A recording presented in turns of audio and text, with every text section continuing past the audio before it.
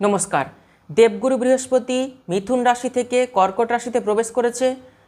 আগামী 46 দিন দেবগুরু বৃহস্পতি কর্কট রাশিতে উচ্চস্থ অবস্থায় থাকবে। মিথুন রাশি বা মিথুন লগ্নের জাতক জাতিকাদের কোন কোন দিক থেকে সতর্ক থাকতে হবে? পারিবারিক সুখ বৃদ্ধি হবে, প্রপার্টির যা কিছু ডিসপুট রয়েছে সেই সমস্যাগুলো কিন্তু মিটবে।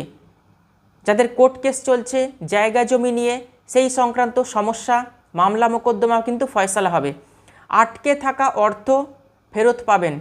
যাদের অর্থ কোথাও ফেসে গেছে সেই অর্থ কিন্তু ফেরত পেয়ে যাবেন। 46 দিনের মধ্যে কোথাও ইনভেস্ট করার প্ল্যান করবেন, প্ল্যান কিন্তু সাকসেস আসবে। মুখের বাণীতে মধুরতা রাখতে হবে মিথুন রাশি বা মিথুন লগ্নের জাতক জাতিকাদের। যা কিছু কথা বলছেন কাউকে খুব ভেবেচিন্তে বলবেন, কথার দ্বারা কিন্তু আপনি আকর্ষণ করতে পারবেন। আর আমি সব জানতা এই রকম মনোভাব, আমিত্ব এগুলো কিন্তু রাখবেন না মিথুন রাশি বা মিথুন লগ্নের জাতক জাতিকা। অসংখ্য ধন্যবাদ।